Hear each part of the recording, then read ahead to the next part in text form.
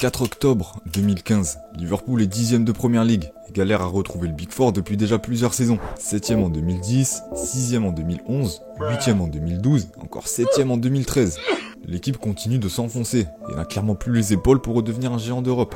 Clairement 2005 c'est de l'histoire ancienne. Et les cadres de l'époque commencent à faire leurs valises un par un. Xabi Alonso, Fernando Torres, Rafael Benitez, et j'en passe. La reconstruction est pour le moment un peu bancale. Et c'est pas les passages de Roy Hodgson, Kenny Dalglish et Brendan Rodgers qui vont remettre l'équipe sur le droit chemin. Malgré une deuxième place inattendue en 2014, les espoirs d'un retour au sommet vont partir aussi vite qu'ils sont arrivés. Luis Suarez, qui avait brillé cette saison-là, s'envole pour Barcelone. Steven Gerrard, légende absolue du club, s'envole lui pour Los Angeles. Et Liverpool s'envole une nouvelle fois en dehors du Big Four, avec une 6ème place à la fin de la saison 2014-2015. Le début de la saison suivante est un peu trop décevant. Le coach nord-irlandais finit par prendre la porte. C'est 4 petits jours plus tard qu'il va laisser sa place à un jeune coach allemand, qui a entre autres déjà eu l'occasion de faire ses preuves avec le Borussia Dortmund. Il s'appelle Jürgen Klopp, il est réputé pour son jeu ultra intense, et ça, les joueurs de Liverpool vont le capter dès son arrivée. Installe-toi mon ref, on va voir l'ascension de Liverpool depuis l'arrivée du technicien allemand.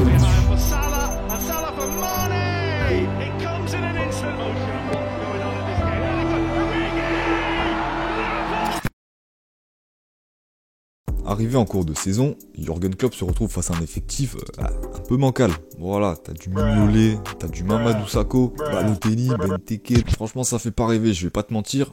T'as un beau chantier qui s'annonce. Il faudra du temps à Klopp pour mettre en place la machine. Une machine qui compte malgré tout quelques éléments qui vont contribuer à sa montée en puissance, tels que Jordan Henderson, Philippe Coutinho et Roberto Firmino. C'est un petit gamin de 16 ans là, qui est encore dans le centre de formation. Voilà, il joue latéral droit, on sait pas pourquoi, mais ça promet. Le coach allemand fait de son mieux et arrache une 8ème place à la fin de la saison 2016. Mais l'espoir d'un retour au sommet se trouvera pas en Première Ligue les gars, mais durant un tout autre tournoi. Si les résultats en championnat sont pas encore là, Liverpool fait son petit bonhomme de chemin en Europa League. Après avoir tapé Augsbourg en 16ème et Manchester United en 8ème, les Reds retrouvent une équipe que Jürgen Klopp connaît plutôt bien. C'est le Borussia Dortmund qui sera le prochain obstacle. Nos deux équipes terminent le match aller dos à dos, avec un score final de 1 partout au Signal Iduna Park. Ouais écoute, rien à signaler, on peut dire que les Reds ont survécu au mur jaune.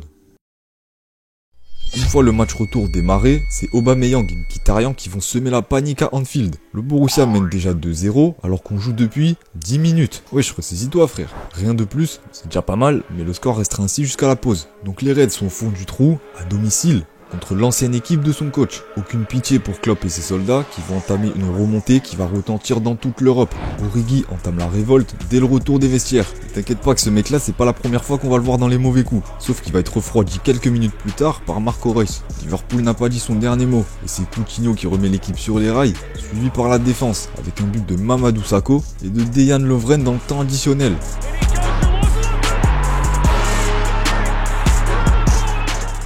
Anfield est en ébullition et c'est toute l'Europe qui savoure cet exploit monumental, peut-être le comeback le plus spectaculaire de l'histoire de la C3. Symbole d'un renouveau chez des Reds qui commencent à retrouver de leur éclat en cette fin de saison. Après s'être occupé de Villarreal en demi, c'est malheureusement en finale que le chemin va s'arrêter, contre le FC Séville. Les Reds vont s'effondrer en fin de match après une confrontation plutôt serrée. Malgré la désillusion, le renouveau ne fait que commencer. Clairement c'est pas ça qui va arrêter Liverpool, bien au contraire. La machine continue d'ajouter de nouvelles pièces à son effectif avec Sadio Mané, Jorginho Wijnaldum et Joel Matip. C'est avec son fameux gegenpressing et sa mentalité de tueur que Jürgen Klopp va finir la saison 2017 en étant 4ème de Première Ligue et valide son billet pour la prochaine Ligue des Champions. Une fois de plus, Liverpool réalise un mercato des plus minutieux et la machine commence à prendre forme une bonne fois pour toutes. Avec entre autres Andrew Robertson, tout droit arrivé de Hull City, Alex Oxlade-Chamberlain, tout droit venu d'Arsenal, Virgil van Dijk durant l'hiver, qui sera à cette époque-là le défenseur le plus cher de Première Ligue, et bien évidemment un petit ailier virevoltant plutôt sympa qui va faire un carnage dès sa première saison.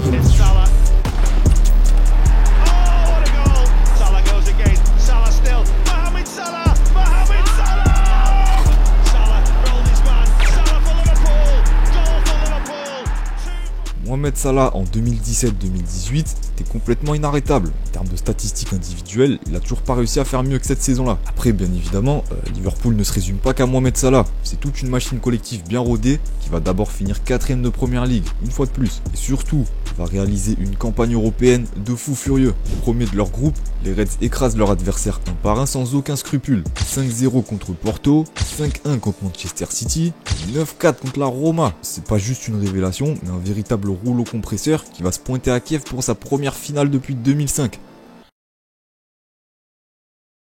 Son adversaire du soir, c'est ni plus ni moins que le géant Real Madrid, vainqueur des 2 dernières éditions. Les 2 géants du foot lâchent leurs premières occasions, ça se répond coup pour coup, jusqu'à la 24e minute.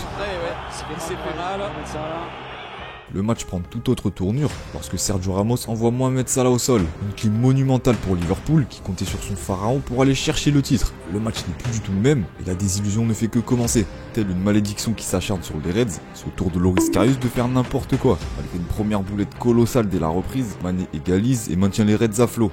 Enfin, c'est ce qu'on croyait.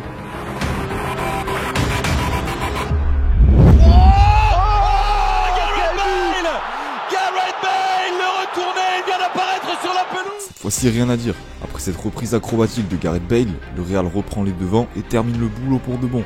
Au-delà de la défaite, c'est assez bizarre à vivre en tant que supporter. T'as juste envie de retourner en arrière et de recommencer le match. Tu te demandes comment ça se serait passé si Ramos n'avait pas confondu LDC avec UFC et si Karius était juste normal. De toute façon, on saura jamais. Bon bah, vu que c'est passé, autant l'accepter quoi qu'il arrive. On n'a pas dit notre dernier mot et l'été suivante, rebelote. Les dernières pièces de l'effectif ultime font leur arrivée, avec Alisson, Naby Keita et Fabinho. Là, l'équipe ressemble à quelque chose. Et la preuve, puisque tout va rouler en première ligue. Liverpool se rapproche plus que jamais du titre et squatte la première place durant la deuxième moitié de saison. Non, clairement, les gars, on est en route là, ça va le faire, non ? C'était sans compter sur un rival qui va s'emparer du trône pour la 2e fois de suite. Il s'en est fallu d'un seul petit point. Une déception de plus, mais c'est pas le moment de faiblir puisqu'il y a un autre trophée à aller chercher. Liverpool est toujours dans la course. Côté de la Ligue des Champions, tout allait bien. Enfin presque. Liverpool sort des phases de poule de justesse à égalité avec le Napoli. La suite sera beaucoup plus rassurante puisqu'ils vont faire qu'une bouchée du Bayern et de Porto. Encore eux miskin. Mais une fois arrivé au Camp Nou, c'est la douche froide mon gars, bon fallait peut-être s'y attendre un petit peu. Une victoire 3-0 nette et sans bavure. Liverpool s'est fait marcher dessus, on se demande comment ça va se passer au retour. Certes, le match est à Anfield, mais bon, ça reste quand même assez chaud à remonter. Ils vont quand même pas remonter 3 buts frérot, t'es fou quoi. Non mais c'est une dinguerie frère, franchement s'ils font ça, je pète mon crâne.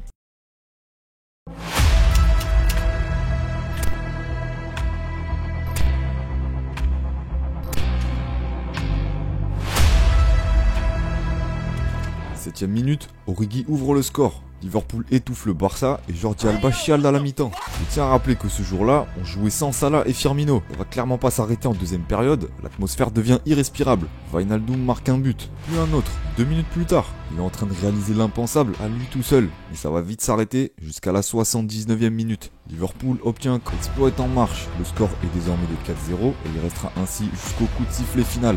Liverpool vient de réaliser encore un comeback gravé à jamais dans l'histoire.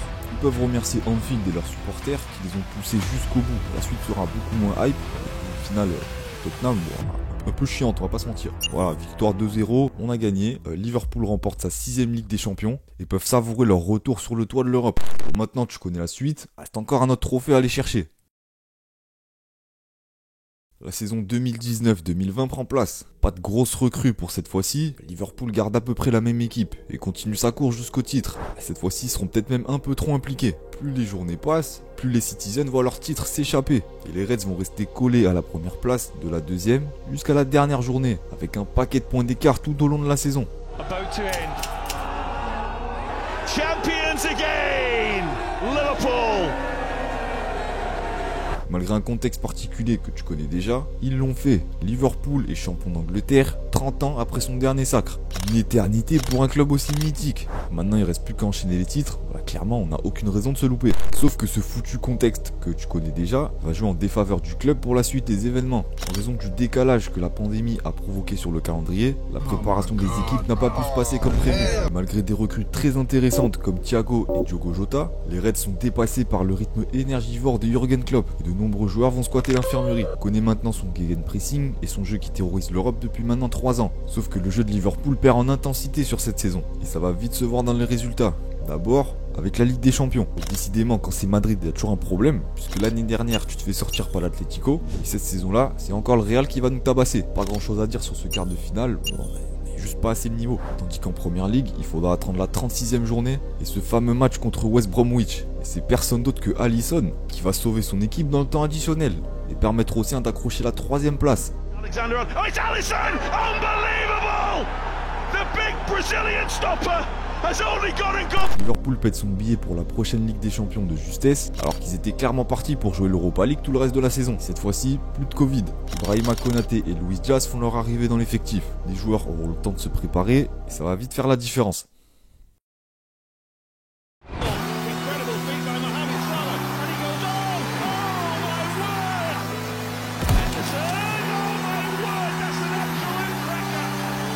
On commence à retrouver la machine qui écrase tout sur son passage.